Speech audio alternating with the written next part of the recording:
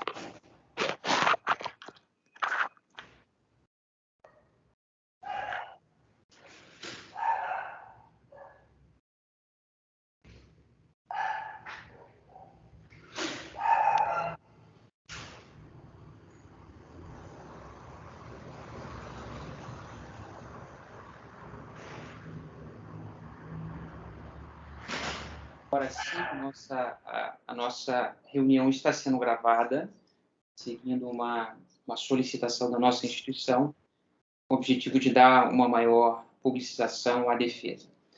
Quero, em primeiro lugar, agradecer a todos os presentes. Eu quero agradecer especialmente os professores avaliadores dessa banca, que muito gentilmente aceitaram o nosso convite, e eu cito nominalmente a professora Andresa e o professor Alessandro, que certamente vão contribuir muito com críticas, com sugestões para a melhoria e para o prosseguimento dos estudos e, principalmente, agora do Lucas, seguindo pelo mestrado acadêmico.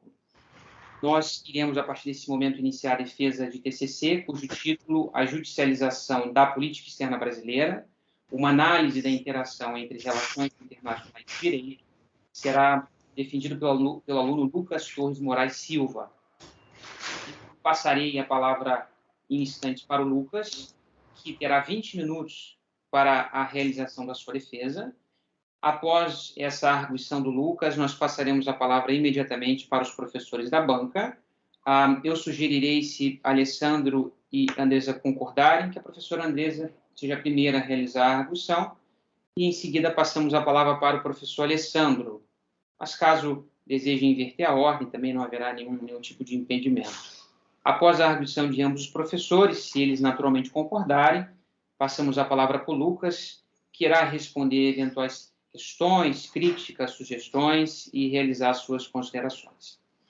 Tudo bem? Lucas, acredito que você esteja nos vendo e nos ouvindo. Eu passo a palavra para você nesse momento para que você possa realizar a sua defesa. Ok, obrigado, professor. Está conseguindo me ouvir?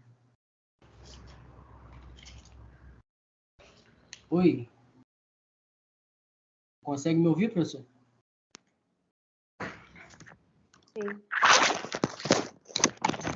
Sim, estamos te ouvindo. Sim, Lucas. Tá compartilhando a tela? Sim.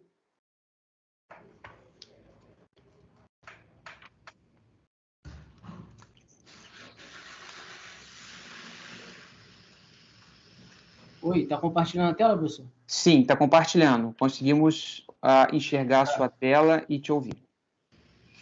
Tá, então vou começar aqui colocando o cronômetro, para podermos passar. Então, primeiramente, boa tarde a todos, né? Fazendo novamente menção aí aos professores que compõem a banca. Queria agradecer imensamente ao professor Eliseu, que pôde me orientar aí nesse período de curso, né, de graduação. Agradecer ao professor Alessandro, à professora Andresa, que gentilmente aceitaram, né, o convite de fazer parte dessa banca e, apesar, né, de estar nervoso, né, nessa apresentação, como se fosse a primeira apresentação, né, que eu estivesse fazendo dentro da graduação, mas me sinto lisonjeado, né, me sinto em casa para poder apresentar, né, o fruto dessa pesquisa, desse artigo, que tem como título, né, como o professor falou, A Judicialização da Política Externa Brasileira, uma análise da interação entre relações internacionais e direito. Bom, Vou tentar ser sucinto, né? Vou tentar não passar dos meus 20 minutos. Primeiramente, gostaria de apontar a visão geral desse trabalho que eu pretendo fazer nessa apresentação. Logicamente, os professores já receberam, né, o artigo impresso, então, dentro dessa apresentação, eu vou tentar me ater um pouco, primeiramente por conta da limitação do tempo, e depois por conta para não ser muito extenso, né, muito enfadonho, nos seguintes pontos. Num breve resumo, na introdução, quais seriam os problemas, quais seriam as hipóteses, as justificativas, os objetivos, a metodologia, e o conteúdo, basicamente, seria o fenômeno da judicialização, a judicialização da política externa e as perspectivas para o futuro. E uma breve conclusão, terminando com as referências. Bom, um breve resumo.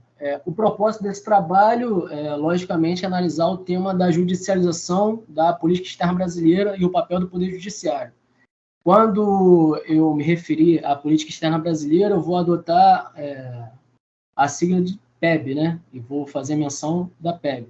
Então, a partir desse momento, doravante, né? Inclusive no artigo também fiz por essa escolha de tratar a política externa brasileira pelo nome, né? Pela alcunha de PEB. Então, o primeiro propósito é analisar esse tema, né? Esse tema da judicialização e qual seria o papel do Poder Judiciário. A primeira sessão, né, como eu falei, seria o que é esse fenômeno e como o judiciário atua, né, quais são as características dessa atuação. A segunda sessão, como a PEB ela pode ser um campo passível da judicialização.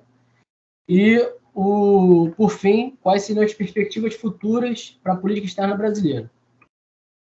Dentro disso, a introdução, eu entendo que nessa pesquisa eu tentei trabalhar, né, com um recorte temporal. Como a realidade, né, inclusive eu estava até estudando isso essa semana lá no mestrado, que a realidade ela é muito complexa, ela é muito ampla para que a gente possa trabalhar nela por completo. Seria uma tarefa impossível. Por conta disso, cabe ao analista, né, fazer um recorte temporal. Então, o recorte temporal que eu achei pertinente para essa pesquisa é o recorte da Nova República, né, principalmente a partir do constitucionalismo brasileiro, de 1988, na chamada Constituição Cidadã, até os dias atuais.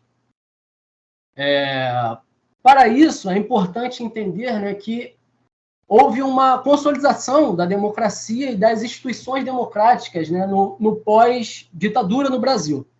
Então, essa consolidação da democracia, feita através, né, desse constitucionalismo, fez com que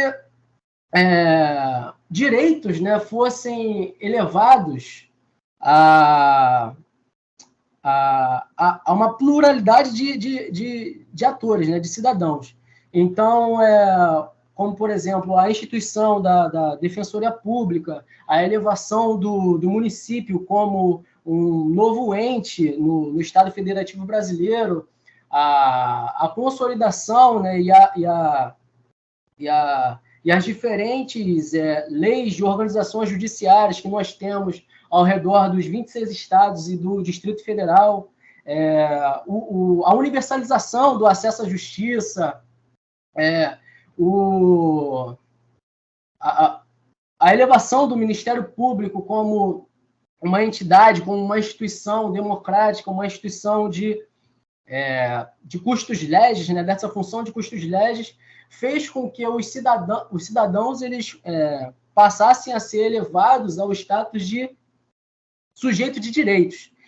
Então, ao mesmo tempo, né, trabalhando não só com a questão do direito, mas com a questão da política externa brasileira, com a questão das relações internacionais, autores como Amado Luiz Cervo, autores como o Milani, como a Letícia Pinheiro, como a Maria Regina Soares de Lima, vão apontar, né, que houve uma inflexão da política externa brasileira que vinha sendo conduzida tradicionalmente pelo chamado insulamento burocrático. Essa inflexão da política externa brasileira, ela também foi fruto dessa consolidação democrática. Então, a partir do momento que há maior participação da população nas políticas públicas, a partir do momento que há mais leads, a partir do momento que há mais demandas, né, dos cidadãos, das organizações sociais, da sociedade civil organizada, há uma ideia de que a política externa brasileira ela também pode ser um campo passível da judicialização, né? Dessa forma, o judiciário ele se eleva ao patamar de um ator que é influente, pode influenciar nessa formulação e condução da política externa brasileira. Através disso, né, entende-se no artigo que a política externa brasileira, no seu processo de produção, ela tem fases, né? Essas fases elas vão desde o levantamento de uma agenda, né, a implementação e a avaliação dessa política externa e, logicamente, ao longo do artigo se entende que a política externa é uma política pública, né, como advoga os autores que foram citados, como de Faria, como Milani, como Pinheiro, como Belém Lopes também.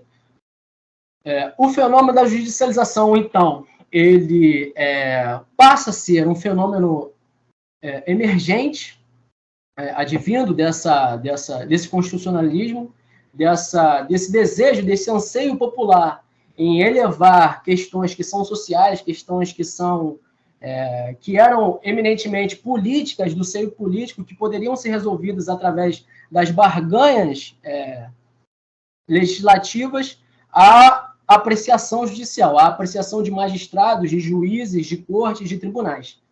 E, a partir disso, entende-se também que a política externa brasileira, como política pública, se torna também um objeto de judicialização.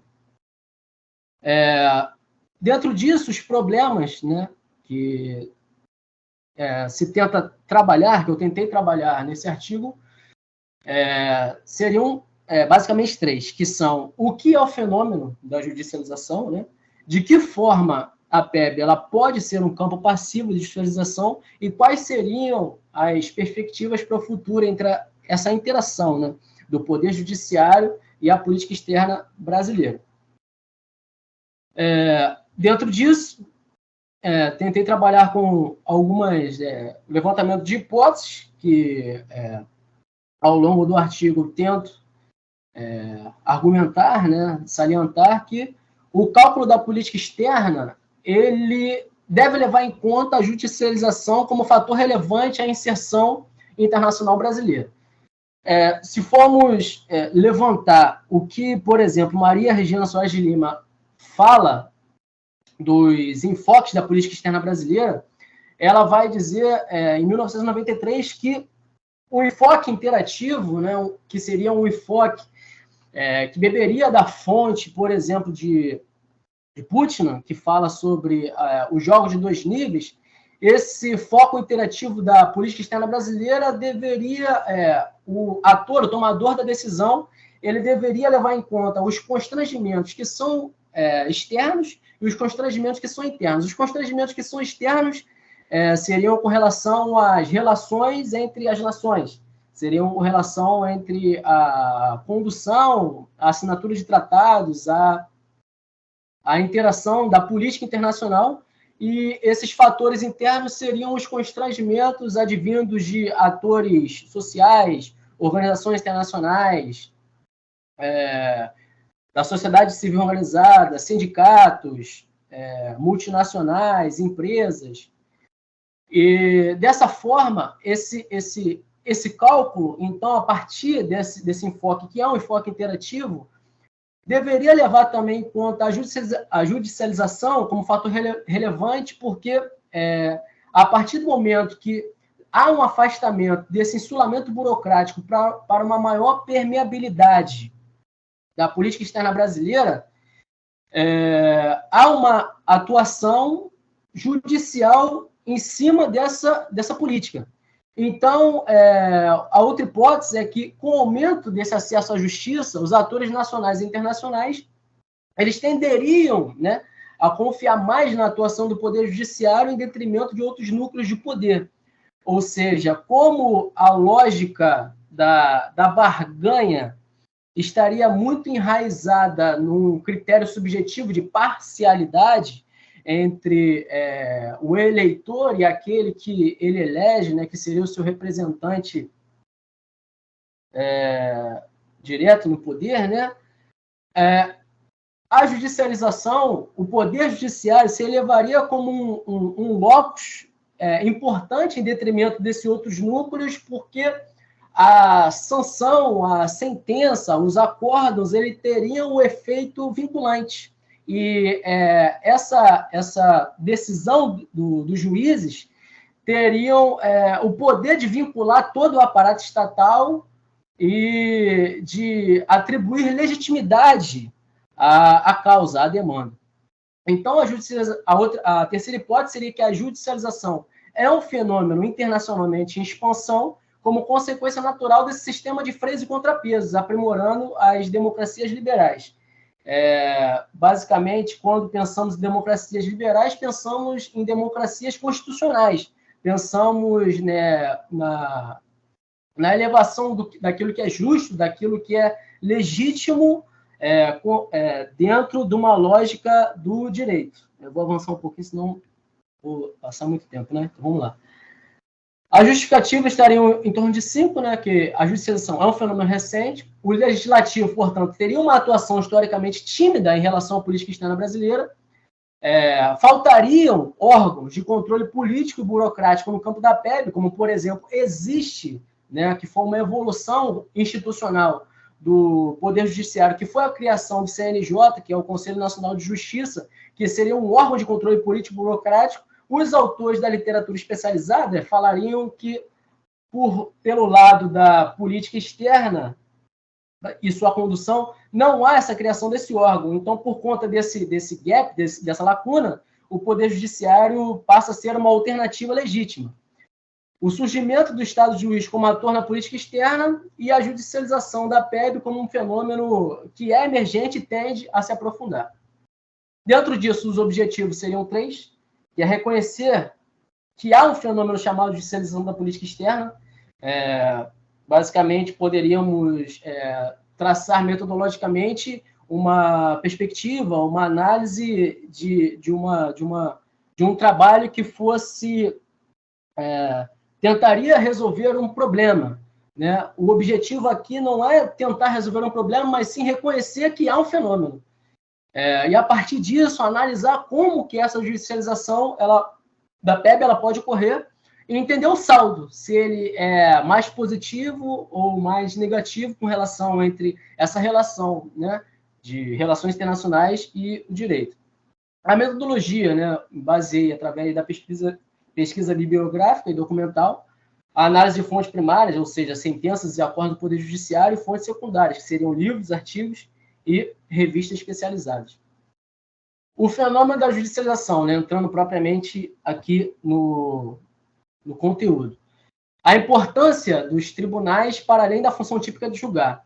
Então, dentro do fenômeno da judicialização, esse artigo eu tento mapear dentro da literatura especializada que há uma atuação dos tribunais, do Poder Judiciário como um todo, para além da função típica de julgar, ou seja, haveria uma função atípica de resolver demandas que seriam eminentemente políticas. E, como eu já falei, há uma falta de controle político-burocrático dentro do Itamaraty, e, portanto, a judicialização se torna uma alternativa. E a comparação entre o judiciário e o legislativo, que é uma comparação muito pertinente, que eu vou até avançar para ela, senão não vai dar tempo, né? Essa comparação, eu coloquei algumas figuras dentro do artigo, eu achei interessante destacar algumas figuras aqui na apresentação também, e uma dessas figuras é essa comparação entre o judiciário e o legislativo, né?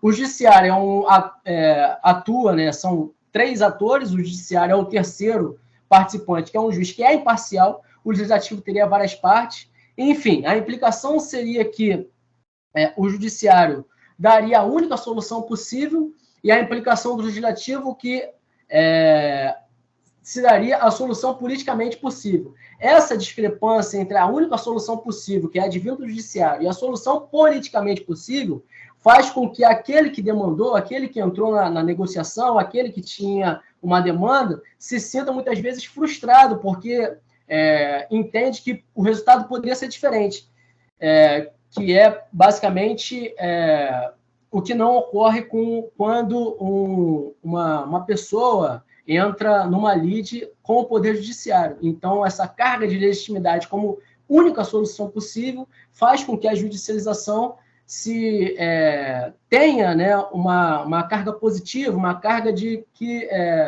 não há como contradizer aquela decisão, digamos assim. Segundo ponto, que seria a judicialização e a política externa, eu tentei abordar durante o artigo, né, abordagens para a PEB, né? Entendendo a PEB, né, o esforço que eu tentei levantar no artigo é que para se pensar a PEB através de autores que são nacionais, né, autores que são brasileiros. Então, eu tento um pouco falar o que seria o realismo, o que seria o liberalismo, como que seria as abordagens marxistas e como que podemos entender a PEB através de autores que são brasileiros também, né, que dentro dessa perspectiva, eles vão explicar o que seria a política pública e como a PEB é uma política pública, né? E como ela poderia ser judicializada. Dentro dessa resposta de como ela poderia ser judicializada, há a adoção de tratados internacionais, né? Essa fase. Então, a primeira fase seria negociações e assinatura, que seria feita através de um presidente, ou seria feita através da concessão de uma carta plenipotenciária, em que o presidente, o chefe do executivo federal, né, concede os poderes para um terceiro se assentar e assinar um tratado. Haveria uma segunda fase de referendo parlamentar, que seria essa fase do Congresso Nacional, né, que seria uma fase interna, e haveria a fase da ratificação, que seria internacional.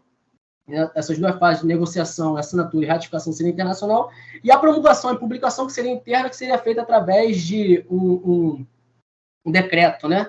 Feito através de um decreto que entra no ordenamento jurídico pátrio. Essa promulgação e essa publicação faz com que o tratado ele se torne um objeto perene de avaliação de resolução de conflito por conta do Poder Judiciário. Então, a partir do momento que um tratado ele é promulgado, por exemplo, na lógica dos tratados internacionais de direitos humanos, a partir de 2004, quando o STF, né, ele pacifica o entendimento de que os tratados internacionais de direitos humanos, depois da emenda constitucional de 2004, eles poderiam ter, né, a partir de 2 turnos, 3/3 de cada casa, né, ou seja, a Câmara dos Deputados e o Senado Federal, se equiparar à emenda constitucional, o STF passa a entender esse tratado como ordenamento jurídico pátrio com o mesmo valor, né, na pirâmide de Kelsen que uma norma constitucional. E, então, a partir daí, a interpretação que o juiz, que o magistrado fará em cima desse tratado é eminentemente política externa.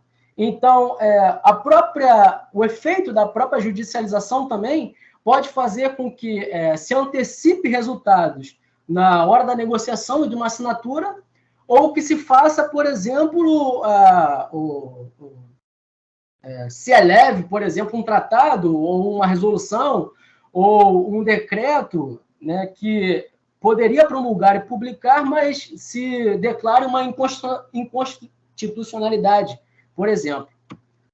Então, haveria, né, essa interconexão entre política externa e a judicialização, né, entre o direito e as relações internacionais. Um outro... vou avançar, né, já está acabando. O outro ponto seria essa atuação, né, do STF na participação internacional, seja com acordos de cooperação, seja com assinatura de tratados bilaterais, seja em participação em organismos multilaterais e fóruns internacionais, e isso também eu tento, né, argumentar que judicialização da política externa, né, feita pelos magistrados. E as perspectivas para o futuro, já encerrando, né, não quero me alongar, tento ser um pouco mais objetivo hoje, né? E o que eu tento traçar um questionamento contemporâneo sobre a imparcialidade judicial, que seria o seguinte: por conta das recentes, né, problemáticas entre eleições de 2018, golpe de 2016,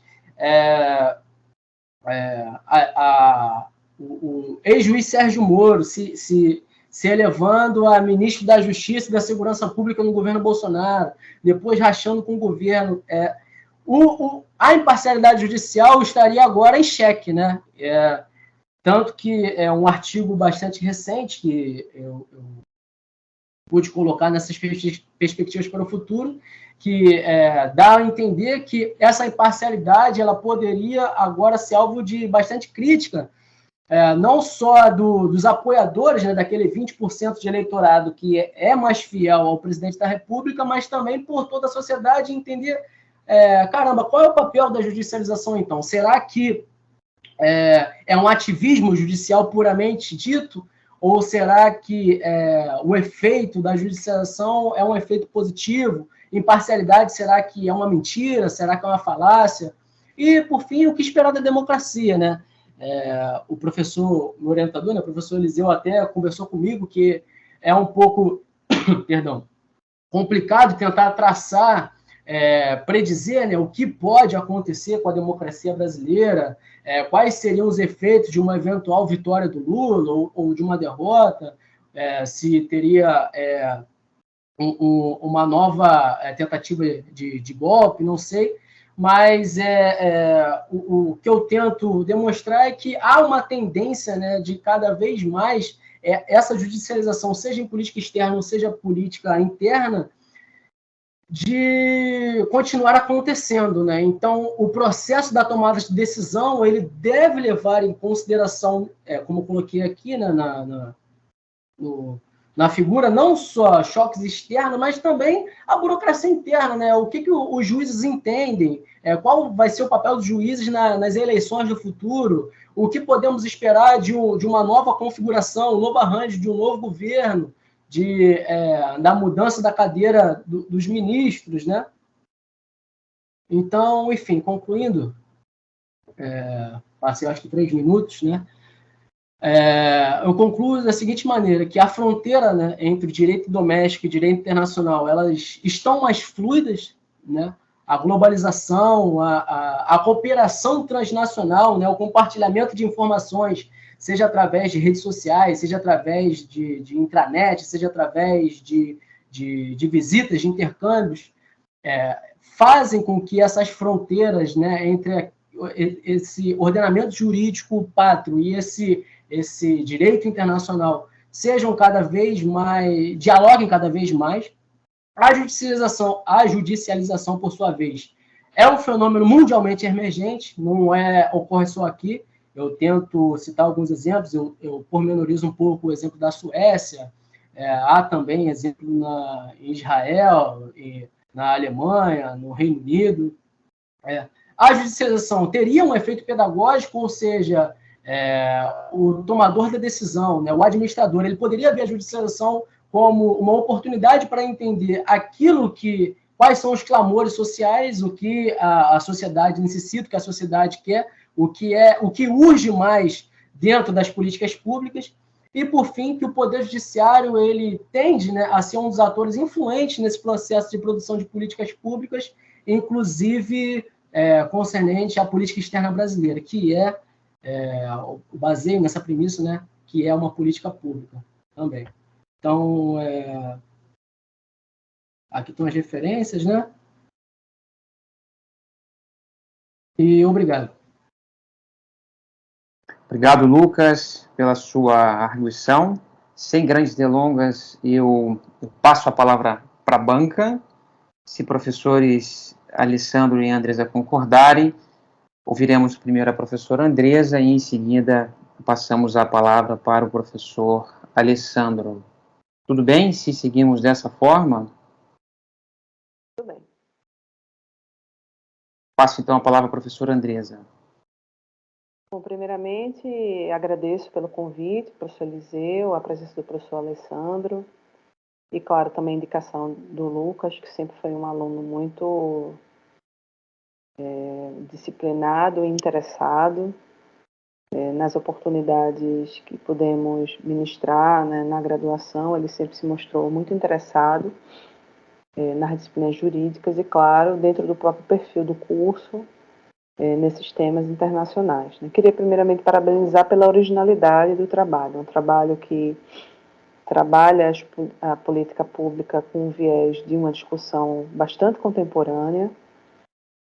Hoje a gente já tem alguma discussão na área de direito internacional, enquanto os organismos internacionais realizando fomento de políticas públicas, né?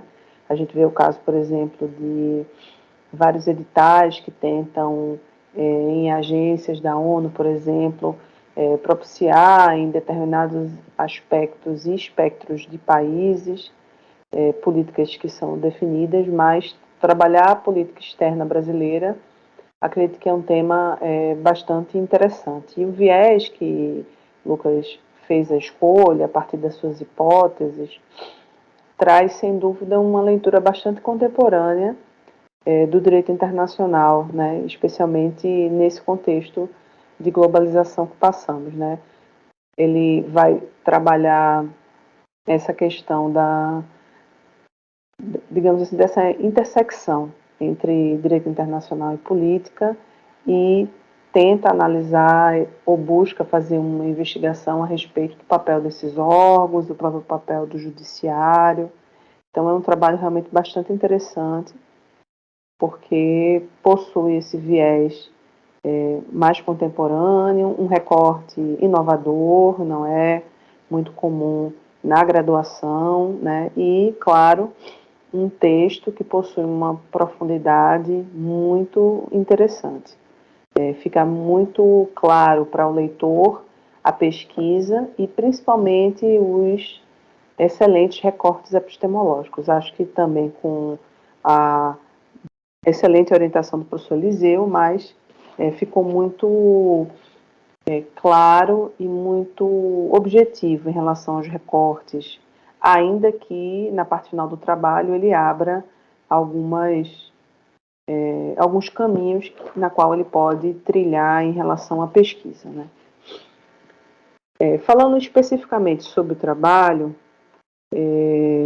após essa parte inicial da questão da judicialização, né, e, claro, dessas características do Poder Judiciário, eu achei muito interessante o recorte em relação a tantos conceitos, e inclusive o exemplo da Suécia, né, mas principalmente em relação a algumas abordagens. Aí, claro, ele volta-se para um olhar mais internacionalista sobre essas linhas de interpretação, né, e determinadas abordagens, aí faz essa centralização da política pública e dessa questão da judicialização, né? Faz, sem dúvida, um recorte importante dessa mudança que o Brasil tem conseguido implementar, dessa percepção, né? Há uma maior porosidade do sistema jurídico internacional em relação à forma de adoção dos tratados, especialmente os tratados referentes aos direitos humanos, né? E, claro, essa atuação do próprio STF, inclusive trazendo algumas figuras, né? Por exemplo, essa aqui na página 35, que faz referência ao programa, né, Teixeira de Freitas, né? E na página seguinte, 36, o programa Joaquim Nabuco, ou seja, realmente Lucas pôde fazer um mergulho bastante interessante a essa questão. Também faz referência a algumas questões interessantes sobre a imparcialidade, né, desse sistema judicial e talvez algumas fronteiras que têm um grande desafio a serem ultrapassadas, né? colocando principalmente em relação à própria questão. Eu vejo que Lucas vai trabalhar com aquela ideia, né, mais clássica, que é uma característica das democracias ocidentais contemporâneas, né, de um sistema baseado no constitucionalismo e não no constitucionalismo. Isso é bastante interessante porque essa tende a ser uma tendência nas democracias, tanto ocidentais como latino-americanas, quando a gente faz essa divisão. Contudo, acho que faltou um pouco, e aí a título de sugestão, tratar um pouco, dependendo de qual desdobramento que você deseja dentro dessas múltiplos caminhos que você aborda no final do trabalho, né, em relação, por exemplo, à questão do discurso, né. Dentro desse sistema do direito doméstico, o que é mais comum e que também de alguma forma se desdobra como espelho em relação à União Europeia, você vai ter uma determinada hierarquia sistêmica piramidal. Mas há hoje uma grande discussão, que já não é nova e que cada vez mais tem impactado os tribunais superiores, especialmente os tribunais constitucionais, que é a questão da discussão da convencionalidade, né? Ou seja, como tribunais internacionais podem realizar juízos de convencionalidade e como esses discursos de convencionalidade podem tornar-se espaços e escopos de porosidade de valores do direito internacional. Então, dando um exemplo muito prático, a Corte Europeia de Direitos Humanos, ela não dialoga diretamente com o STF. Ela não dialoga nem diretamente com a Corte Interamericana de Direitos Humanos, mas muitas dessas discussões da Corte Europeia, elas acabam, a partir dessa ideia de porosidade, dentro de uma percepção e uma visão do direito internacional como um mínimo ético, influenciando as cortes, por exemplo, no caso da Corte Interamericana de Direitos Humanos, e, consequentemente, o próprio Supremo Tribunal Federal. Isso acontece bastante, por exemplo, em relação às questões de bioética, os chamados direitos de quarta dimensão, as questões referentes à democracia, que são discussões lá muito mais anteriores. De forma espelhada, aqui na Corte Interamericana de Direitos Humanos, há discussões muito, muito profícuas em relação às próprias garantias de direitos humanos, uma experiência grande de casos na qual vários estados latino-americanos foram condenados por essa corte. E isso, sem dúvida, é uma experiência bastante enriquecedora e que, por vezes, esse discurso cria-se essa porosidade entre cortes, na qual isso reverbera nas cortes europeias, especialmente na Corte Europeia de Direitos Humanos. Então, acho que é interessante, se você optar em um futuro de mergulhar um pouco mais na questão das próprias cortes, tentar olhá-las a partir dessa possibilidade de porosidade do discurso e de grande influência, né? E quem faz isso e já tem uma pesquisa muito antiga nesse segmento é a professora Flávia Piovesan, né? Então ela trabalha inclusive a partir de uma fundamentação da Escola de Frankfurt, especialmente do professor Jürgen Habermas, né? Então acho que a título de sugestão e também possível complementação, acho que é interessante, olhando especificamente para as cortes, observar esse fenômeno, que é, sem dúvida, um fenômeno interessante, né? Uma outra questão que acho que chama muita atenção, especialmente nesse contexto atual que a gente está vivendo, né, para uns guerra, para outro invasão, né, a questão dos conflitos armados que estão acontecendo hoje em solo europeu, né, sem dúvida, a questão da efetividade, né, é como se a gente estivesse agora voltando a discutir o que discutíamos nos anos 50 e 60 a respeito da Constituição. Para que adianta uma Constituição se essa Constituição efetivamente ela não é cumprida, né? Daí que surge essa escola do neoconstitucionalismo, né? E sem dúvida nenhuma a leitura obrigatória nesse ponto é o livro Direito Constitucional do professor Barroso, na qual ele fala de forma muito pormenorizada não só na formação do constitucionalismo, através, né, das experiências inglesas, francesas, né, e americanas, mas também desse novo boom constitucionalista e, claro, da dependência que o direito, esse direito internacional, essa ética que pode ser extraída desse direito internacional, possui desses regimes que são considerados democráticos. Como é possível ter uma corte, como é possível ter um processo dialógico num espaço que não é democrático, né? Por isso, sem dúvida, é uma grande discussão pensar quais serão os futuros da democracia. E acredito que a pergunta e esse trecho, ou pelo menos esse encaminhamento de resposta de Lucas, é muito pertinente, apesar da dificuldade da gente ter, vivendo no momento presente, em pensar como será o futuro, de pensar assim, para onde vai a democracia brasileira? Porque nesse conflito atual a gente vê um grande hiato existente entre a fala do Poder Executivo Federal a respeito desse conflito na Ucrânia e a própria postura do Itamaraty. A gente observa uma grande descrença no próprio Conselho de Segurança da ONU, na qual existe uma invasão militar no momento que está sendo judicializada, ainda que não seja uma judicialização do ponto de vista de uma corte, mas sem dúvida um encaminhamento procedimental para uma discussão que não é meramente política, mas também obsta uma avaliação dos próprios artigos da Carta da ONU, né? Então, acho que foi muito pertinente essa questão, mas hoje eu tenho acompanhado, a partir de alguns analistas e alguns professores dessa área, essa nova discussão, né? Mas, afinal, para que serve a ONU e o Conselho de Segurança? Realmente existe essa capacidade? A Carta da ONU foi rasgada, não foi rasgada? A gente precisa olhar o fenômeno internacional a partir de um viés apenas na realpolitik, né?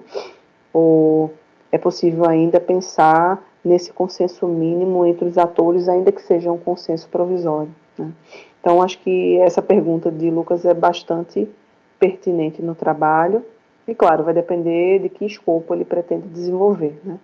Na parte final, na conclusão, eu senti falta de um desdobramento maior.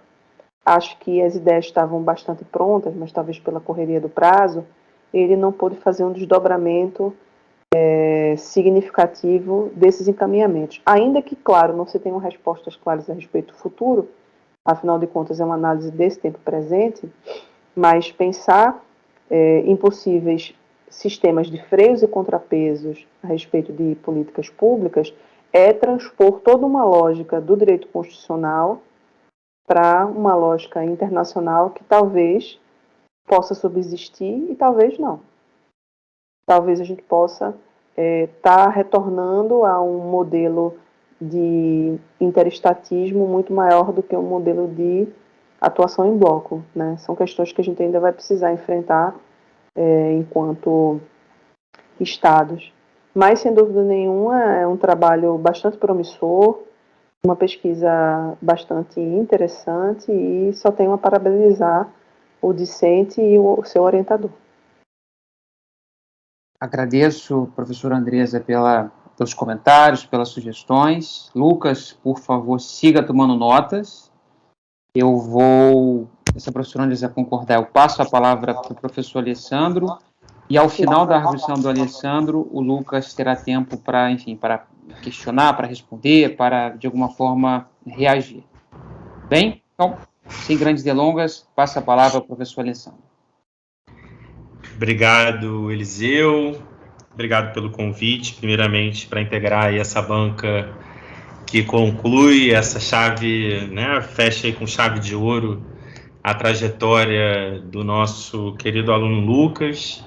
Agradecer também os comentários da professora Andressa, né, muito pertinentes aí e acho complementares às questões que eu queria colocar também para a gente dialogar, para a gente debater a partir do trabalho do Lucas, que encerra, né, acho que uma trajetória também bastante gratificante de estar aqui, desse aluno que foi sempre, né, em todas as disciplinas, bastante nos trabalhos, né, interessado, como a Andressa colocou, criativo, e que se propôs também, como ela levantou, trabalhar um tema de grande relevância, né, de muita originalidade, e tocar em pontos que são muito sensíveis ainda da nossa política nacional, né, de forma transversal. Eu acho que o trabalho também lida com esses elementos.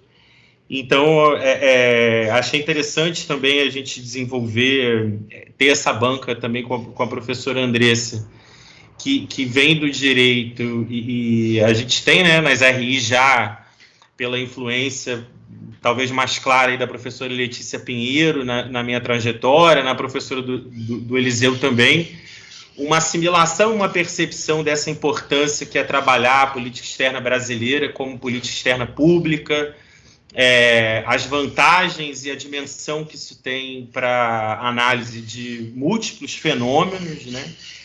E acho que o trabalho do Lucas, ele apresenta a relevância do tema, essa problemática, de uma forma muito satisfatória, enfim, Sandro, muito provocadora. E perdoe te interromper, a sua câmera está fechada. Não há nenhuma obrigatoriedade de você abrir a câmera, mas é porque na outra banca estava aberta. Então, não sei se você se esqueceu. Para mim está aberta, professor. Ué, se então está aberta para você, é tudo certo. É que para mim aqui está fechada. Me desculpe, então me perdoe, Alessandro. Por Nada. favor, prossiga. A câmera estava fechada? Isso deve ser alguma aba aí. Eu estou aqui. Desculpe. Nada, eu vou iniciar aqui, me desculpem. Nada.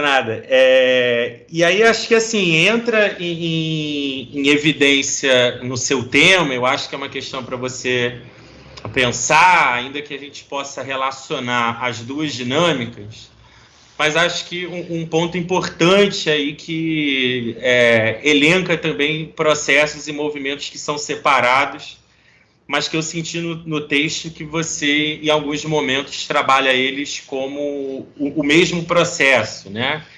Então, até os comentários da Andressa foram muito pertinentes nesse sentido também, de um âmbito mais da atuação do judiciário, né, em termos do que seria essa judicialização, mas eu vejo, né, um potencial muito interessante também para você trabalhar o fenômeno da judicialização num outro sentido também, até mais associado aos problemas políticos que a gente tem hoje e né, uma militância jurídica, ou também o deslocamento de determinadas forças sociais para judicializar a política como uma estratégia que extrapola, digamos assim, né, os atores ou os juízes, o papel do judiciário. Então, eu acho que no seu tema isso fica apresentado muitas vezes como parte de um processo só, mas ao mesmo tempo de você pensar aí como destrinchar, né, em determinado... A própria divisão do texto faz isso, né, em alguma medida.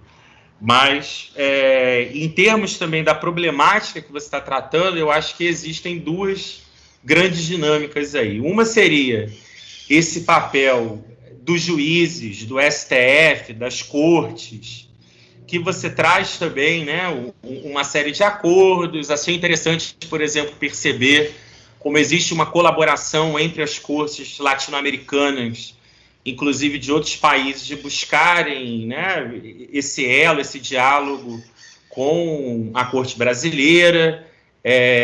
Esse é um aspecto que, né, a temporalidade da integração ela vai, às vezes, tomar mais tempo, né, além do Poder Executivo, para se desenvolver. Então, é um processo também que, em muito, né, a nossa corte acaba, historicamente, assimilando mais, até como a Andressa colocou, uma influência de decisões dos Estados Unidos ou mesmo da Europa, como isso tem um aspecto interessante também de pensar, pelo menos aqui para a América Latina ou América do Sul, essa integração e esse papel que seria do judiciário dentro das institucionalidades da política externa, né? Eu acho que isso é um ponto que o seu trabalho, de uma forma muito interessante, apresenta. Você coloca também, eu acho que aquela agenda que é bastante relevante, você associou ao seu tema também. Eu não sei nem se era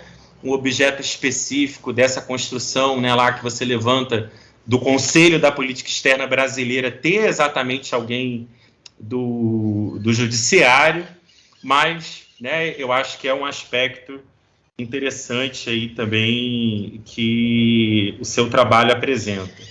E aí, nessa parte, é só uma sugestão que, né, envolve também uma coisa mais de forma. Pedir até, se você tiver com um trabalho aberto aí, Lucas, para dar uma olhada. Tem um conjunto de... Quando você vai falar mais dessa questão dos acordos de colaboração com as outras... Calma aí.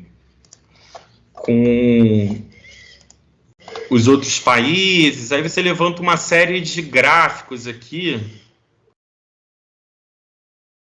Figura do programa Teixeira de Freitas, figura 3, da figura 3, figura 4, até a figura 8, você trabalha, eu acredito, aqui uma mesma fonte de 2019. Correto? Mas aí aqui aparece elaboração própria com base nos registros do portal. De você fazer algum ajuste, porque dá a entender que foi uma elaboração sua, não é o caso, né? Você tirou isso dessa fonte, correto? Tá certo. Eu esqueci de colocar que não é minha, é do Neves, 2019. Isso. De você fazer esse pequeno ajuste, enfim, é normal essa questão sempre de como utilizar mapas, figuras, gráficos, sempre gera dificuldades aí da citação, mas me chamou a atenção porque provocou uma certa confusão se você que tinha elaborado esses dados ou não. Então, assim, eu acho que você apresenta essa relevância do papel que as institucionalidades jurídicas brasileiras têm no processo decisório, na formulação da política externa, na interpretação e também ampliação dos próprios direitos humanos, dos direitos ambientais, enfim, de tudo aquilo que envolve um diálogo também com o direito internacional. Acho que isso foi muito ressaltado pela professora Andressa, mas eu queria, assim, provocar você. Eu acredito até que foi algo talvez destacado aí quando você fez os processos e de forma muito gratificante aí passou, né, também nos processos de mestrado que você se dedicou aí nos últimos meses. Além dessa dimensão mais institucional da judicialização, esses elementos que você traz sobre a judicialização da política, né, o deslocamento de conflitos sociais e disputas sociais que vão também para o campo das cortes. Você tem, né, uma influência já, que até em certo sentido, né, eu tive até mais contato com essa literatura numa percepção que era do início da década de 2000, muito relacionada até um otimismo maior com a judicialização, as ações civis públicas, a possibilidade também que, né, determinados temas que são muitas vezes engessados no Congresso ou o Executivo não tem interesse, e a Corte, né, decidindo também, principalmente aí o STF, tomando decisões que ele é provocado a tomar a partir, né, de casos que são apresentados, também a gente vê uma manifestação, uma ampliação desses horizontes, com decisões impactando também eu não diria nem a política externa, né, mas a política externa brasileira. E aí, assim, eu acho que uma referência importante que eu acredito até eu já tenha te passado em algum momento, acredito também que dialogue muito com essa visão que a Andressa trouxe, relacionada também à judicialização da política num viés mais crítico, relacionado à própria influência de uma visão de autores como Habermas, né, mas outros também derivados principalmente do estudo da sociologia do direito e do direito do trabalho no Brasil, que, né, estão organizados aí. Não sei também se o Eliseu, por ter estudado no IESP, chegou a interagir, né, com esse pesquisador, esse professor. O livro organizado pelo professor Luiz Werneck Viana, A Democracia e os Três Poderes no Brasil, que tem alguns textos aí da própria Maria Regina, né, autora da Política Externa Brasileira, mas que, nesse caso, né, faz uma avaliação mais institucional sobre o governo Vargas. Mas dentro dessa publicação, que eu não tenho, né, em PDF, mas posso passar aí também para vocês a referência, uma discussão também muito qualificada sobre a judicialização da política no Brasil, da professora Gisele Cittadino, que é professora do Direito Constitucional da PUC-Rio. Então, né, até aproveitando aí, se você quiser fazer alguma matéria fora da sua grade original, é alguém que você pode ter acesso. E o próprio professor Werneck Viana é professor hoje da Sociologia da PUC-Rio. Não sei em que medida ele continua estudando isso, mas até, né, esse livro é do início da década de 2000, e ele trabalha, inclusive, uma percepção que nesse momento era mais positiva dessa judicialização que as forças sociais, levando para as cortes determinados temas, poderiam ampliar os direitos, enfim, ter ganhos aí de direitos relacionados também a disputas que vão ser apresentadas nesse livro em relação principalmente às ações populares e às ações civis públicas. Possivelmente nenhum desses temas também já julgados tenham um elo específico com a política externa brasileira. A gente poderia pensar aqui em alguns casos paradigmáticos, sei lá, da base de Alcântara, lá no Maranhão, em que o STF, enfim, teve que se posicionar aí em relação a alguns conflitos. Mas com uma dinâmica geral, né, eu acho que é uma literatura que vale a pena você conhecer e dialogar, né, em termos de contribuições brasileiras e associadas aí a esse fenômeno da judicialização. Isso numa perspectiva até mais positiva, que envolveu, né, esse período, vamos dizer assim, dos governos Fernando Henrique ou dos governos Lula, relacionados à tomada de posição das cortes. Agora, eu queria entrar, né, eu acho que num aspecto importante também que o seu trabalho provoca, e você parece tangenciar isso na conclusão, na parte mais final, que é também essa militância política do judiciário, ou um processo também que a gente pode perceber essa judicialização da política brasileira transbordando com efeitos negativos ou prejudiciais para a própria política externa brasileira.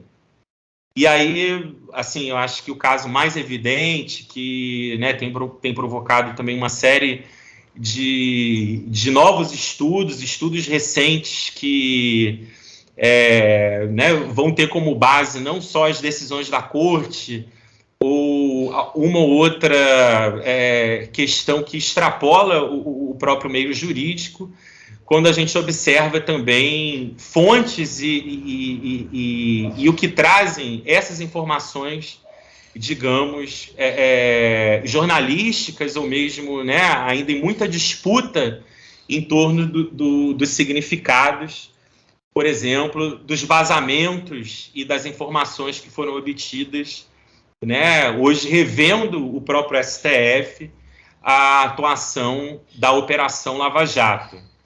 Então, né, eu sempre, quando me provoco a pensar sobre isso, sobre a própria atuação e a política brasileira na atualidade, eu acho que sempre um bom ponto de partida também é se colocar a questão: o que é a Lava Jato? Né? O que foi isso? O que foi esse processo que hoje a gente vê quase como se fosse uma organização paraestatal, ou, né, uma espécie de de partido, de organização que estaria fora do Estado e que teria uma agência que fala, né, dos seus feitos, das suas realizações, mas que, na verdade, né, dentro da institucionalidade brasileira, ela extrapolou também em acordos internacionais, né, coisas que foram reveladas aí por aqueles áudios, né, que vazaram do Telegram lá, toda aquela confusão que teve em torno da divulgação desses dados também pelo Intercept, né, um meio de comunicação aí que acabou tendo maior acesso a essas informações e que vão mostrar, desde uma militância, digamos assim, política seletiva e relacionada, né, com efeitos diretos na política brasileira, dos juízes, dos procuradores, enfim, um conjunto de informações ainda que eu diria que não foi decifrado pelas ciências sociais brasileiras e nem dos outros países, sobre como essa judicialização da política brasileira teve efeitos, né, o país que eu conheço mais, assim, e que a gente já teve esse papo, né, Lucas, o país que teve mais efeitos desse processo, mas vários, né, foram aqui o nosso vizinho, o Peru, que, né, as denúncias de corrupção, esses efeitos também da atuação das construtoras brasileiras no Peru levaram ao impeachment de presidentes, ao suicídio de um dos presidentes no momento que ele ia ser preso.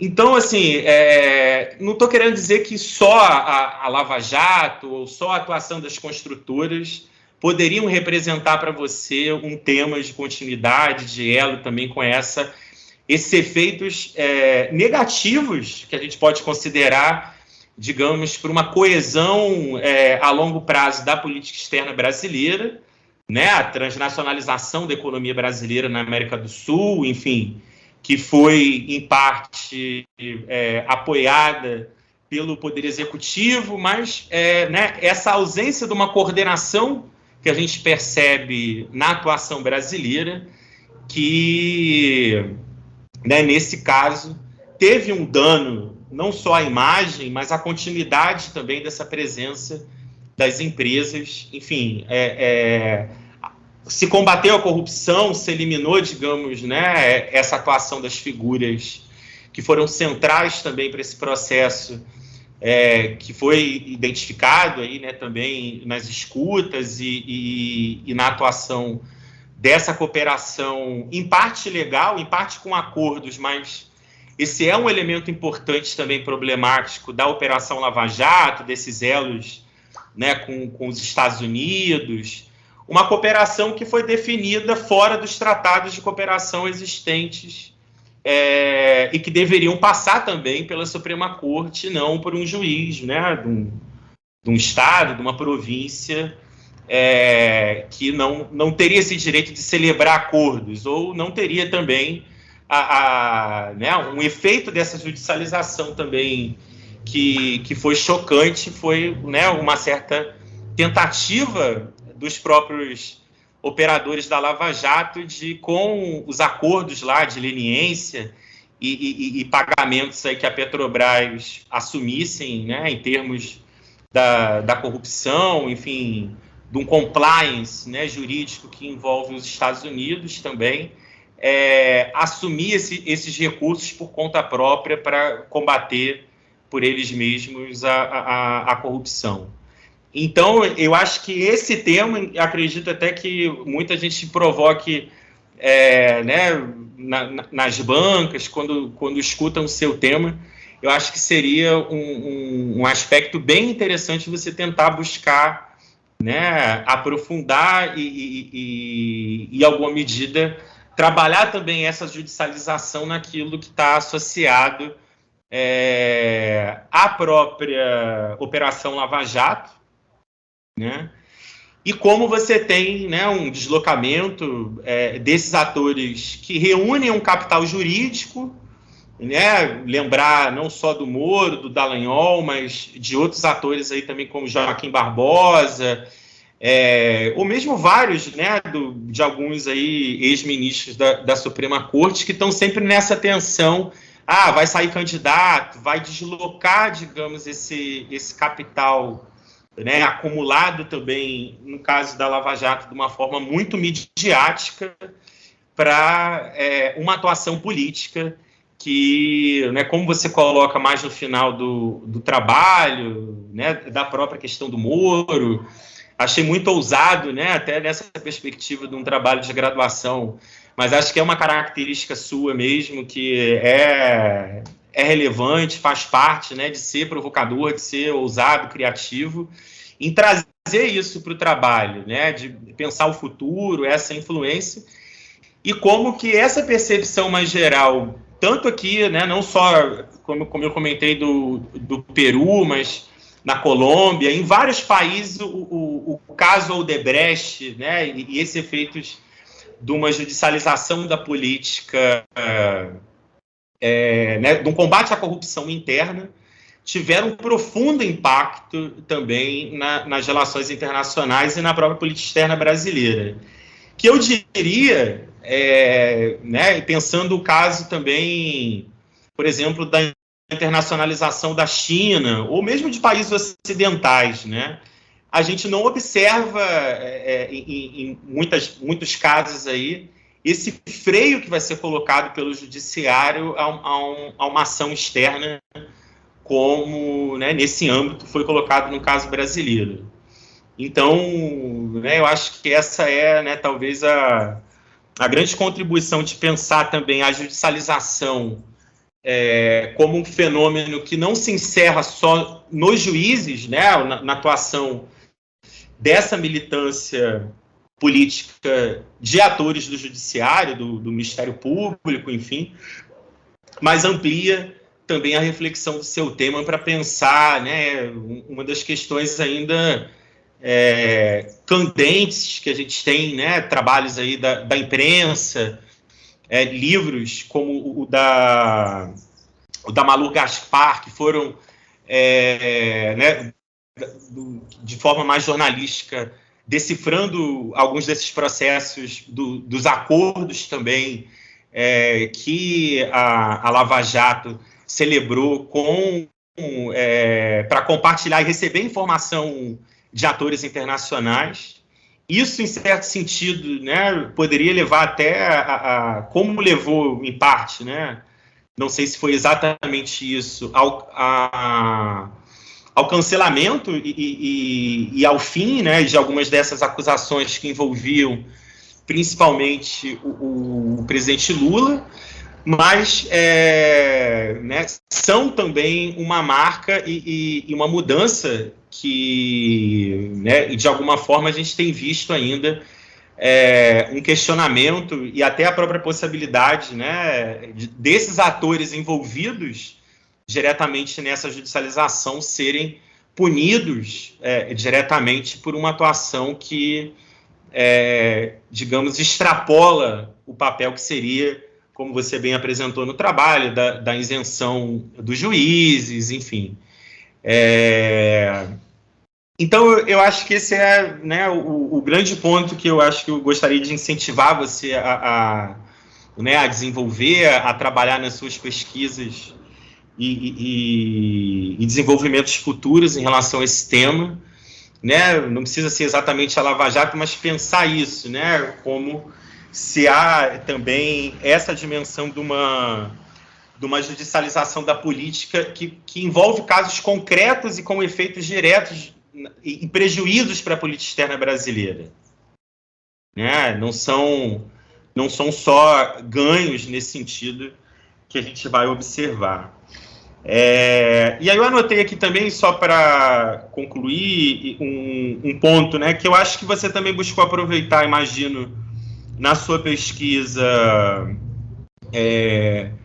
acredito aí outros trabalhos, outras disciplinas, aquela parte que você desenvolve lá as teorias realista, liberal, marxista, né, só de você ter um pouco mais de atenção num sentido específico as contribuições que existem contemporâneas também dessas escolas eu diria até mais até da escola liberal e marxista, especificamente que tangencia o seu tema, e que envolve, inclusive, essa referência que eu coloquei aqui para você do Werneck Viana, né, que, digamos, é alguém... E da Gisele Cittadino também, que vão trabalhar, né, leituras marxistas e associadas aí ao problema do seu trabalho, que eu acho que você faz assim, afirmações muito...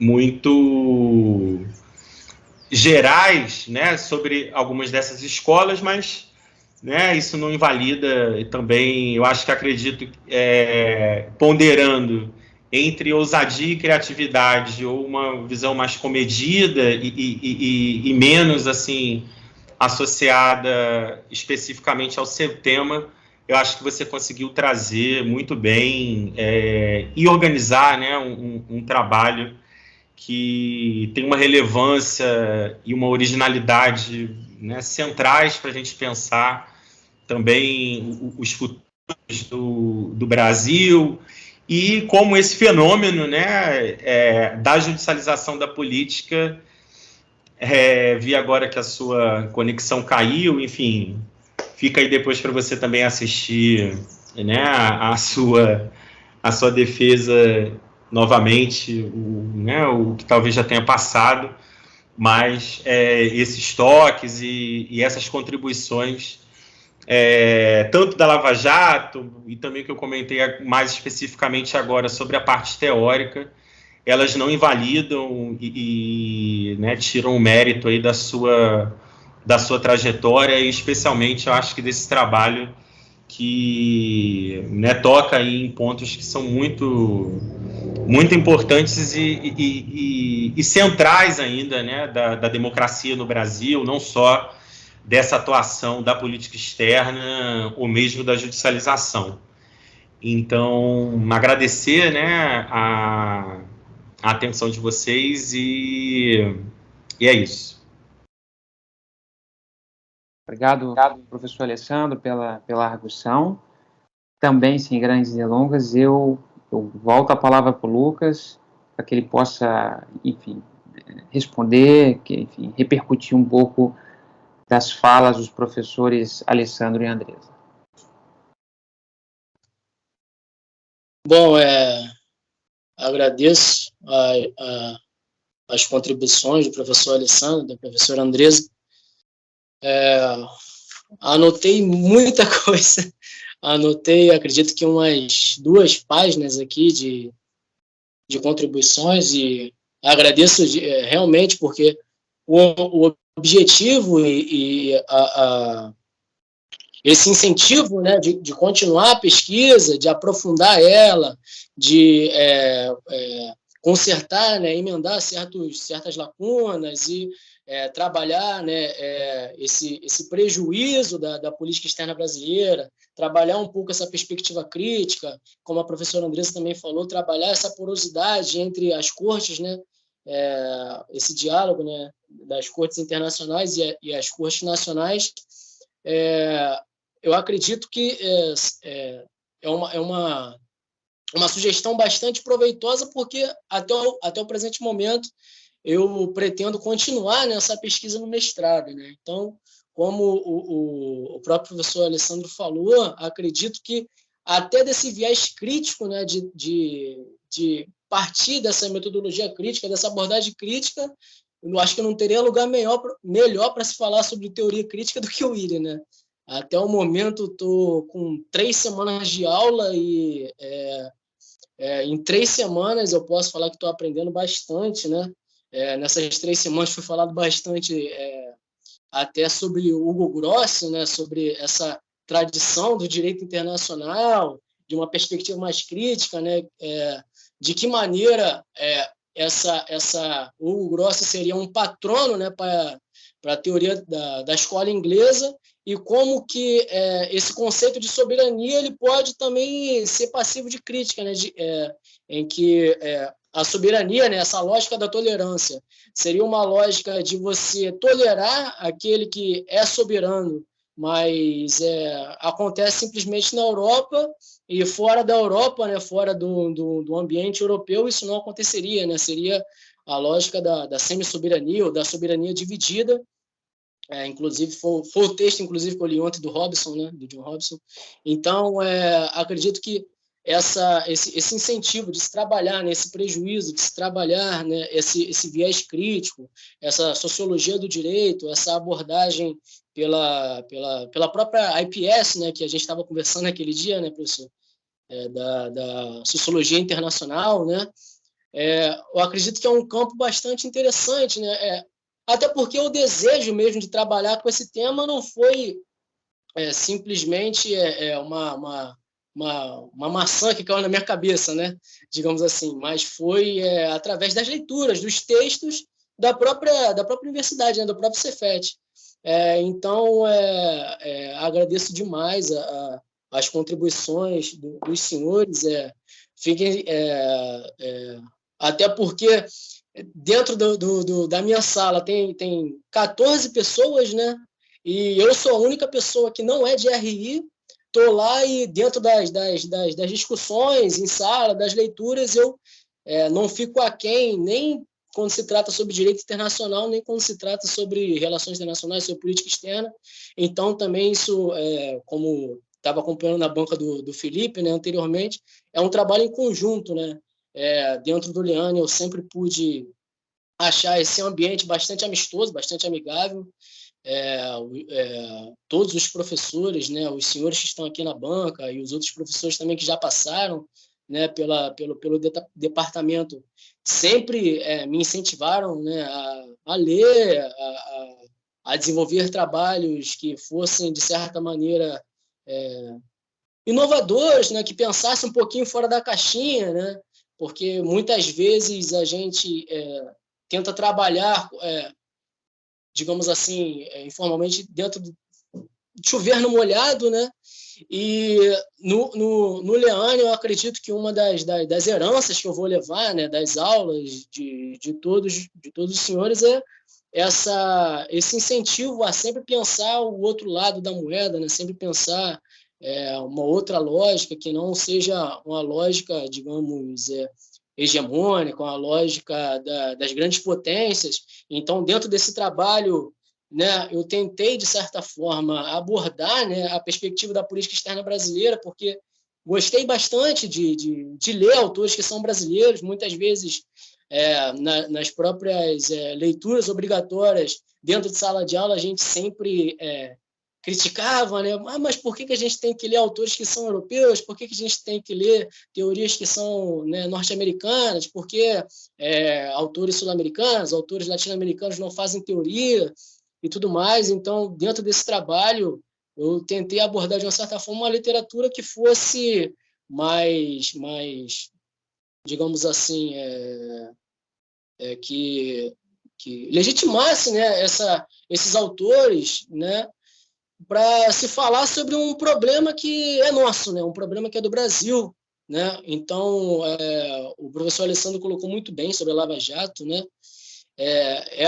Foi uma ideia também que eu tive dentro do TCC, dentro não só do TCC, mas do projeto, né, de trabalho de conclusão de curso, da matéria de metodologia. Eu enxerguei, né, poder trabalhar também nesse alinhamento entre o Ministério Público e o Poder Judiciário, como que a condução dos inquéritos, né, fariam com que a imparcialidade, né, fosse uma imparcialidade de fachada, como que essa cooperação transnacional, né, dos Estados Unidos para o judiciário brasileiro, a visita, né, de agentes públicos do FBI, né, do Departamento de Investigação Federal dos Estados Unidos, faziam também, influenciavam a maneira que se conduzia, né, inquéritos e investigações que diziam de problemas particularmente brasileiros, né? Então, isso é muito interessante, né? Entender qual é o futuro, né, dessa interação, para onde vai parar a nossa democracia, né? o professor Alessandro falou, né, qual foi a palavra que ele usou? Essa ousadia, né? O professor Eliseu também falou comigo que vai mais devagar, muda um pouco essa palavra, né? Dentro de um trabalho de conclusão de curso, a ideia não é inventar a roda, não é teorizar nada, mas fazer uma revisão bibliográfica e tudo mais, mas dentro das limitações que eu tive, né, eu acredito que pelo menos deixar um pouquinho com a minha cara eu consegui, né? Sobre o que a professora Andresa falou, né, que faltou um pouquinho, né, de se trabalhar esse discurso da hierarquia piramidal, né, dentro de uma lógica que a gente até estudou na matéria de direito internacional, né, público e direito internacional privado, que seria essa lógica monista que é adotada no Brasil e a lógica dualista que é adotada na União Europeia. Também uma visão importante a se trabalhar, né, porque as lógicas, né, os ordenamentos jurídicos são diferentes. Muitas vezes a literatura trabalham como que se as regras, né, os direitos seriam a mesma coisa no mundo todo, né, desse direito que seria cosmopolita, esse direito kantiano, né, de que as normas, as regras, os costumes, né? Esse direito consuetudinário poderia ser aplicado não só aqui nesses Estados-nações europeus, mas também conseguiria se exportar, né? Se transnacionalizar para outros cantos do mundo e fazer com que a gente alcançasse mais paz, se afastasse as guerras, a gente conseguisse colocar, né, uma nova ordem onde o direito internacional seria o promotor da civilidade, né? Então, essa lógica da tolerância que a gente tem na Europa para os europeus e essa lógica da civilidade que teriam para os estados que não são europeus, de que o direito surgiu aqui, os conceitos de poder, de soberania, de civilidade, daquilo que não é bárbaro, né, está aqui, e a partir do momento que existem outros modelos de organização, né, seja nas Américas, seja na Ásia, seja na África, que não tenham esses mesmos costumes, esses mesmos princípios, então ainda seriam desenvolvidos por uma lógica da tradição, uma lógica do subdesenvolvimento, uma lógica da barbárie, né? Então, eu acredito que esse discurso também é muito importante de se trabalhar também, inclusive uma das discussões que também estão sendo feitas lá no mestrado, né, sobre até que ponto, né, a história da paz de Westfália, até que ponto a história do concerto europeu, dessa paz que houve, né, de 1815 até 1914, né, desses 100 anos de paz, foram realmente 100 anos de paz quando haviam, né, outras partes do mundo que estavam, né, em constantes conflitos, constantes guerras, constante lógica de escravização, lógica do fardo do homem branco, né? Então, eu acredito que essa perspectiva brasileira, né, de trabalhar a judicialização da política externa, é interessante também demarcar, né, que o Brasil ele foi colônia, né? O Brasil ele teve uma independência, né? Passou por momentos de guerra, né? Com os seus vizinhos aqui na América, e como que também foi a participação do Brasil, né, na Conferência de Paz de Haia, de 1889, né, com a atuação do Rui Barbosa, e como que a gente consegue traçar não só também uma tradição da política externa brasileira, mas a gente também poderia traçar uma tradição do direito brasileiro, né, dessa Constituição Liberal de 1824 e as outras constituições, né, daquilo que eu tento abordar ali no final do trabalho, que Leonardo da Vinci vai dizer que é esse movimento pendular, né, de democracia e regressão democrática, democracia e regressão democrática. Até que ponto, né, esse avanço da democracia, essa regressão da democracia, também interfere as políticas, né, públicas, né, a política externa, a atuação dos diplomatas, a atuação dos juízes, a atuação da sociedade, né, civil, e qual seria, né, essa nova, digamos assim, né, entre aspas, essa nova ordem que pode surgir desse desrespeito, né, ao direito internacional que tanto se fala agora na mídia com o surgimento do conflito da Ucrânia e outras lógicas, né, do que seria guerra justa e o que seria guerra injusta, né? Então, agradeço novamente, professores, muito obrigado. Estou muito feliz, né, de ter chegado até aqui e, por enquanto, acho que é isso. Obrigado. Obrigado, Lucas. Será que eu estou mutado? Não, não estou mais, não. Obrigado, Lucas, pela sua arguição. Eu pergunto aos professores Alessandro e Andresa se eles desejam realizar algum questionamento adicional, algum comentário, ou se estão contemplados pela última fala do Lucas. Contemplado. Ok. Estando ambos contemplados, eu mais uma vez agradeço a presença dos professores Alessandro e Andresa. Peço desculpa pela presença inusitada do meu gato, Dom Pedro, que resolveu começar, enfim, a jogar tudo no chão, né? Mas eu convido o Alessandro e a Andresa a deliberarmos sobre o resultado da banca, assim como a relação do grau, que eles irão oferir ao Lucas, em uma sala paralela. Eu enviei para vocês o link dessa reunião, e se vocês me permitirem, eu sugeria que deliberássemos lá, e a posteriori, Lucas, vamos retornar para o resultado. Então, eu peço que você e os convidados nos aguardem nesta sala. Ok? Então, vamos para outra sala e já voltamos. Até já.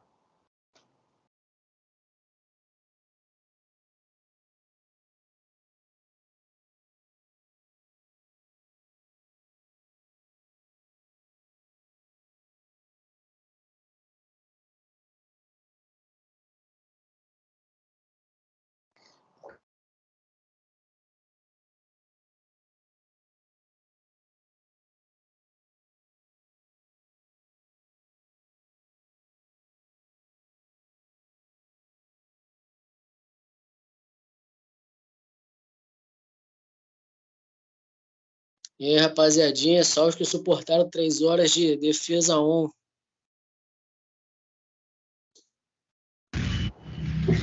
É loucura.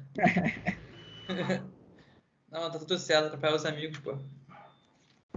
O tema, cara, é muito atual o teu tema, né, cara? Vai ter muita possibilidade, assim, de trabalhar. Tem gente que tá lidando com isso agora já. Vai ter muito espaço, com certeza. Ainda mais na PUC. Mano, eu entrei lá, é só crítica, teoria crítica, tá ligado?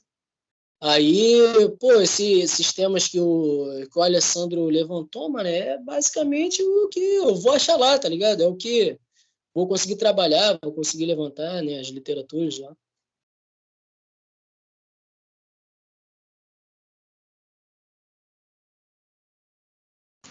Não imagino, cara. Também tá uma loucura lá na faculdade. Tá bizarro. Só que, pelo que o Elisa falou, né, a PUC ainda é mais neurótico com essa coisa de teoria.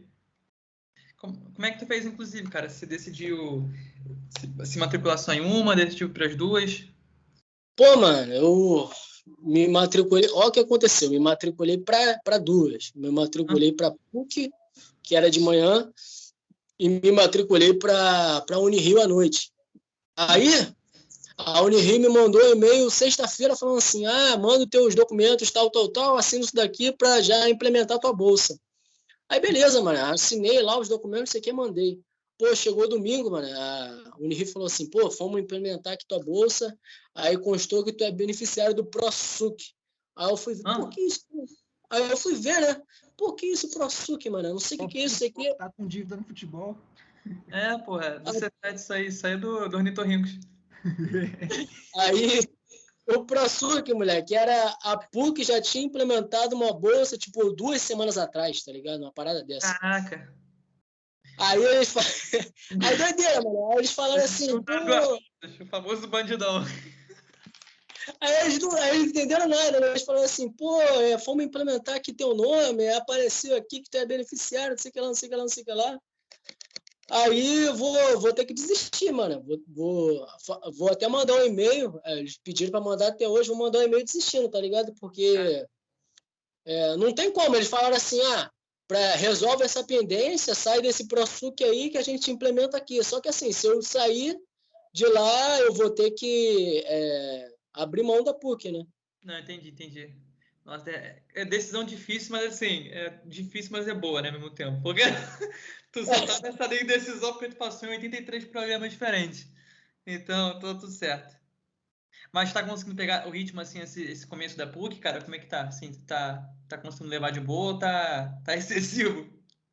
Cara, a única coisa que eu tô odiando, mano, é a distância. Porque, pô, eu saio daqui, tipo, de moto, fico muito cansado, muito cansado. Ontem eu mergulhei nas leituras de um texto para hoje. Uhum. Virei à noite, mano. Não dormi, não. Tô até agora sem dormir, tá ligado? Virei à noite, li os textos, dei mais uma passadela assim no TCC. Fui terminar, era 5 horas da manhã, 6 horas da manhã, tomei um banho, tomei café e fui pra lá. Fui daqui pra Gávea, da Gávea voltei pra Cachoeira de Macacu, engoli o almoço, moleque, engoli. Peguei, botei no prato assim, comi em pé. Aí perdi ainda 10 minutos de apresentação do Felipe. Cheguei, ele já tava falando há 10 minutos já. Tá pegando que dias lá na PUC? Não perdeu muita coisa também, eu falei uns 40. É isso aí. Tô segunda, terça e quarta. Segunda, terça e quarta. E é só de manhã? De 9 a meio-dia. Entendi. Eu tô pegando a mesma coisa. Terça, quarta, quinta, de 9 a meio-dia também. Não é essa, óbvio, né? Mas assim, quartas são bons dias. Dá pra gente se encontrar, pô. Num dia desse. Pode ser. Dia de jogo, assim, ver um joguinho de noite. Moleque, eu comecei. A Gávea é um mundo à parte, mano. Eu chego lá, aquilo lá não é Rio de Janeiro, não, né? É gente passando de bicicleta no meio da rua, gente te atropelando em cima da calçada.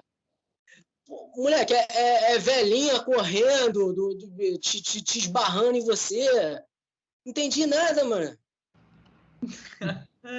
Pô, a Gávea, a PUC ali especificamente é tão contramão que mesmo eu morando aqui na Zona Sul agora, ainda que seja Flamengo, né, mais para centro, qualquer coisa, mas enfim, aqui, aí já é Zona Sul, ainda seria longinho, mano. Ainda daria aí uns 40 e pouco, 50 minutos de transporte. Tem aquele ônibus que vai do metrô lá pra PUC, não tem? Metrô da superfície. O metrô da superfície. Só que aí tem que pegar o metrô até Botafogo, ou ir andando até a estação de Botafogo, que é uma caminhada boa, e aí pegar o de superfície até lá, que fica mó filão na hora do rush, tá? Fica mó filão. Eu tô ligado, eu vejo também direto lá, eu salto em Botafogo, né, por causa do... Salto bem no ponto lá. A minha sorte, cara, é que eu tenho ônibus direto de Niterói, para em frente à minha casa e eu salto em frente ao Lauguense. Bizu. Eu demoro de manhã 2 horas por aí pra chegar. Eu fico naquela merda lá, né? Mas tem diferença do Lucas, porque o Lucas vai de moto, né? Ele vai dirigindo. Eu vou no ônibus tranquilão, sentado, não aconteceu porra. Aí tu ir realmente dirigindo é foda. Que hoje o dia foi ruim ainda, porque eu peguei uma chuva. Eu cheguei todo encharcado lá na... Lucas, como é que é? Com o preço do combustível agora? Tua moto não é gasolina? Gasolina, mano. Eu tô onerando meu pai por enquanto, filho. Onerando meu pai. Meu pai tá bolado já, mano. Tô de 12 Tu vai receber a bolsa só a partir do mês que vem também, né? Acho que é abril, né? Abril. Pô, o meu eu só recebo em maio, mano. Porque oficialmente na UERJ só começa em abril as aulas, aí eu vou receber em maio referente a abril. Tipo, é implementado em abril, mas eu só recebo a primeira em maio. Entendi. Pô, o Pepegri não tem canal do YouTube, não, mano? Eu fui tentar assistir aquela palestra do Luiz Fernandes e não achei, não. Não, tem canal, mas eles quase não usam. Eu não sei por que não fizeram a transmissão por lá também, mano. E nem salvaram a live, filho. A live tava numa transmissão Mas pior aí que... também, se salvasse naquela qualidade podre lá, não ia adiantar nada. Hoje tava falando pro Felipe hoje. Até assim, a TCC 10, câmera 3. Agora deu uma melhorada aí, parecia Não, agora que tá tu bom, tava pô. vendo uma Agora tá top. É porque eu tava no computador da Xuxa aqui, que eu tenho, né? Aí ele travou do nada, moleque, do nada. O Alessandro tava falando, não, porque pá, o computador travou, moleque. Aí eu fui correr Pô, irmão, Fui passa um paninho na câmera, não custa nada, mano. e aí entrei pelo tablet. Não, se eu fosse você, cara, eu só usava o tablet em apresentação, na boa mesmo. Assim, deixa o computador só ele apresentando, tu fica com o tablet do lado, porque realmente. Moleque, eu sou tão azarado que eu fui na praia há uns 2 semanas, 3 semanas, sei lá, atrás. Uhum. Aí fiquei de boa a praia toda, tal, nem mexi, nem dei mole com o celular, de cair na água, cair nada, não. Aí na hora de ir embora, mano, que o celular botei o celular no bolso, assim, pra ir embora, fui encher uma garrafa d'água pra tirar a areia do pé antes de entrar no carro. Na hora que eu enchi, assim, pra encher a água, moleque, veio uma onda. Mas uma onda Caceta. bateu na minha perna. Subiu, o celular escangalhou, mano. Carai, cara, que bosta. Que bosta mesmo. Tu fez a técnica de botar no arroz? Pô, eu botei pro cara consertar, o cara tirou a areia, tirou... Ah, o pessoal voltou aí. Voltará. Não, bota no arroz funciona. É bom. Funciona mesmo. Funciona.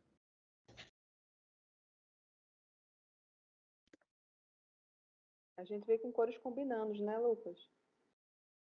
É verdade, você. A gente tá combinando hoje. Chitãozinho chororó.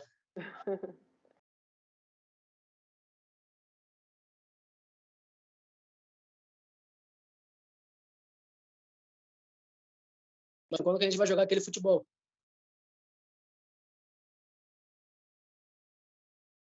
O time do Ornitorrinco tá com uma vaga lá pra goleiro, hein?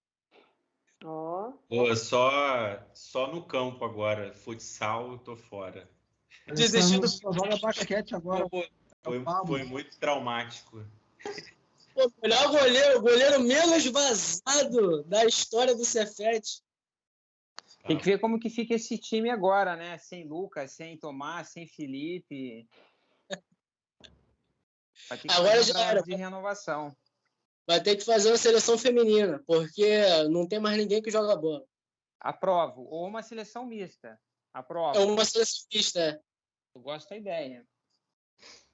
Bom, vamos lá, vamos fazer a leitura da ata, mas não antes sem agradecer mais uma vez, e isso é muito mais do que praxe, é realmente um agradecimento à Andresa, ao Alessandro, enfim, por terem arrumado tempo, por terem feito uma leitura atenta, por terem feito considerações relevantes que certamente vão ajudar muito o Lucas nesse prosseguimento pelo mestrado. E nesse final de semestre, que os professores estão sumamente atarefados, realmente foi muito generoso da parte de ambos terem aceitado o nosso convite de forma muito generosa. Então, diz o seguinte a ata, Lucas, e ao final eu faço um breve comentário. No dia 21 de março de 2022, a banca, composta pelos professores Alessandro Biasio Couto, Andresa Menezes Costa e Eliseu Santiago Tavares de Souza, se reuniram para analisar o projeto intitulado A Judicialização da Política Externa Brasileira, uma análise entre relações internacionais e direito. O aluno Lucas Torres Moraes Silva realizou a arguição, fim a qual a banca reuniu para deliberar acerca do resultado. A banca, por unanimidade, decidiu outorgar o grau nota máxima 10. Essa ata vai lavrada e assinada pelos 3 professores e também será assinada por você, Lucas. Então, ainda hoje, eu enviarei essa ata para que todos assinem e você deverá depois nos devolver assinado. Rápidas palavras que eu queria dizer é que eu acho que esse 10 do Lucas, ele coroa toda uma trajetória que eu posso dizer, essa palavra é uma palavra difícil de ser usada, mas no caso do Lucas é verdade, próximo de ser impecável, sempre muito atento, muito participativo, e um aluno que nunca reclamou. mais curioso, por mais que tivesse uma carga de leitura, uma carga de trabalho, as adversidades que fossem, Lucas, a Andressa disse, e a Andressa falou uma coisa muito, muito interessante, o Lucas nunca abaixou a cabeça, e é verdade, o Lucas sempre vestiu a 10 do Vascão, foi para cima, né, Lucas? E sempre, de fato, se esforçou muito e fez uma graduação de excelência. Eu quero te parabenizar, eu quero dizer que a banca, ambos os professores, te elogiaram muito na deliberação, pela sua dedicação, pelo seu esforço, e você sabe que, para além do Liane, você hoje tem um amigo, assim como que eu disse para Felipe e para Tomás, e eu torço muito por você, e tenho certeza que você vai fazer uma grande dissertação de mestrado. Então, siga em frente, mantenha essa postura de dedicação, de coragem, porque, como a gente costuma brincar, né, Lucas? Me desculpa aqui abrir aspas, mas você é o cara. Então, parabéns por esse resultado. E, mais uma vez, eu acho que tem que comemorar agora. E passo a palavra para você e, enfim, para todo mundo comemorar, né? Pô, que isso, eu agradeço, tenho nem o que falar mais, né? É só agradecer, comemorar, falar que me espelhei muito nos senhores e todos os professores que já passaram, né? Desde a primeira aula, né, de eletiva que eu puxei, que foi com o professor Alessandro, de RI nas Américas Latinas, junto, a oportunidade que eu tive de conhecer também, né, outros. Eu acredito que o Liane, ele tem uma oportunidade única, assim, de você aprender a aprender, né? Porque são diferentes visões, diferentes professoras de diferentes áreas, seja do direito, de línguas, de cultura. Então, como eu tentei colocar ali no agradecimento, né, eu não ia para esse curso, não ia fazer esse curso, né, não imaginava trocar de faculdade ou fazer direito, né, não imaginava trocar de faculdade, e acabou que o Liane foi uma grata surpresa, porque ali eu descobri amigos, descobri uma matéria, né, para estudar, e descobri um caminho a trilhar, né. A única coisa que eu queria era um diploma para poder fazer concurso público, e hoje eu saio com uma perspectiva de carreira, saio com amizade, saio com experiência, então só agradecer, né? Muito obrigado e considero também os senhores meus amigos, né? E agradecer também os amigos que estão presentes aqui, né?